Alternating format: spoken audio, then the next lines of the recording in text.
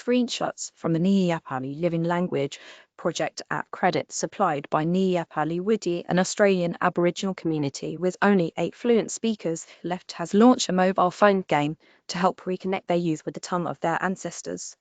The game allows you to help preserve a wetland nature reserve where the community lies, with almost 100 words and phrases in the Nyiyaparli language. Numbering around 400 community members, the Nyiyaparli hail from a remote region of northwest Australia in an area called the Pilbara. There, as happened in so many other lands across the Commonwealth, indigenous children were placed in English language institutions and the connection with their lingual heritage was severed. Once widely spoken across the Pilbara, the pressure of assimilation into European culture and the spread of larger neighbouring Aboriginal languages has proven almost fatal to Nyiyaparli.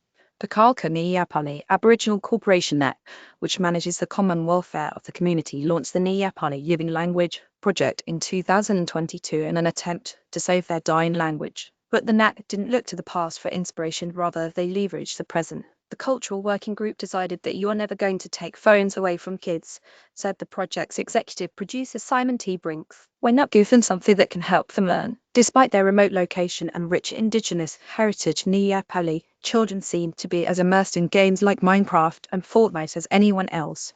T. Brink decided to try and utilize the existing interest to go with the flow rather than try to convince them to put their phones down. The game puts you into the role of a junior ranger in the Fortescue Marsh Nature Reserve, which the community manages. The game contains 90 Nyiyaparli words spoken aloud by community elders who know how. Players have to collect cultural objects as they navigate their way through each of the locations. Mr. T. Brink told ABC News. As they collect, they hear sounds and words actually spoken in Nyiyaparli. So it's reinforcing the language. More from the bush, Aboriginal elders who lead prescribed, burn and rare orchids appear by thousands. The game has won several awards that included large cash prizes, which will undoubtedly help the project expand its efforts. A digital language centre is in the works, with the aim being to build on the foundations established by the phone game. Apps and games are being used to help revive other Aboriginal languages too.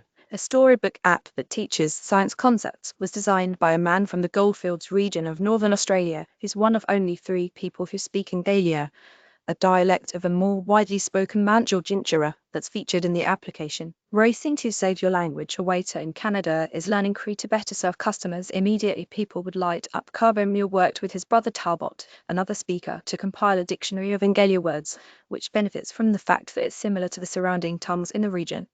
The next step to preserving it, he says, is innovation. The Mamet Jitji story app centers around a native insect species called an anthian and how it adapts to a changing world.